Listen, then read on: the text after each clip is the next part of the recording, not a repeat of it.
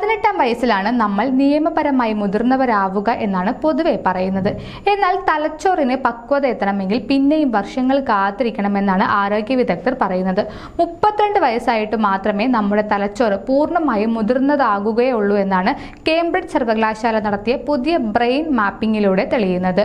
Nature കമ്മ്യൂണിക്കേഷനിൽ പ്രസിദ്ധീകരിച്ച പഠനത്തിലാണ് ഇക്കാര്യം വ്യക്തമാക്കുന്നത്.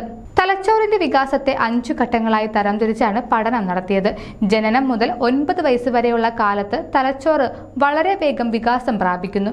എന്നാൽ ഉപയോഗമില്ലാത്ത മേഖലകളിലെ വികാസം പിന്നീട് കുറയുന്നു. 9 മുതൽ 32 വയസ്സ് വരെയുള്ള കാലമാണ് 2ാം ഘട്ടം. ഈ കാലയളവിലാണ് തലച്ചോറിന്റെ ഏറ്റവും വലിയ വികാസം നടക്കുന്നത്. വളരെ വേഗം അതിശക്തമായ നിലയിൽ വികാസം പ്രാപിക്കുന്നു. എന്നാൽ തലച്ചോറിന്റെ പൂർണ്ണമായ വികാസം നടക്കുന്നത് 18 വയസ്സിലല്ല, മറിച്ച് 32 വയസ്സിലാണ്. എന്നാൽ തലച്ചോറിനെ രോഗങ്ങൾ ബാധിക്കാനും മാനസിക നിലയിൽ തകരാറ് വരാനുമൊക്കെയുള്ള സാധ്യത ഈ കാലയളവിൽ കൂടുതലാണെന്നും പഠനത്തിൽ വ്യക്തമാക്കുന്നു. 32 മുതൽ 66 വയസ്സ് വരെയുള്ള കാലഘട്ടമാണ് ഏറ്റവും നീണ്ട കാലഘട്ടം. ഇത് 3 ദശാബ്ദം നിൽക്കുന്നു. ബുദ്ധിയുടെയും വ്യക്തിത്വത്തിന്റെയും കാലയളവാണിത്. ഇക്കാലയളവിലെ വ്യതിയാനങ്ങൾ വളരെ പതുക്കെയായിരിക്കുമെന്നും പഠനത്തിൽ കൂട്ടിച്ചേർത്തു. ആരോഗ്യ വാർത്തകൾ ഇനി നിങ്ങളുടെ വിരൽത്തുമ്പിൽ. ഡോക്ടർ ലൈറ്റ് ചാനൽ സബ്സ്ക്രൈബ് ചെയ്യൂ. The first 24/7 health news channel.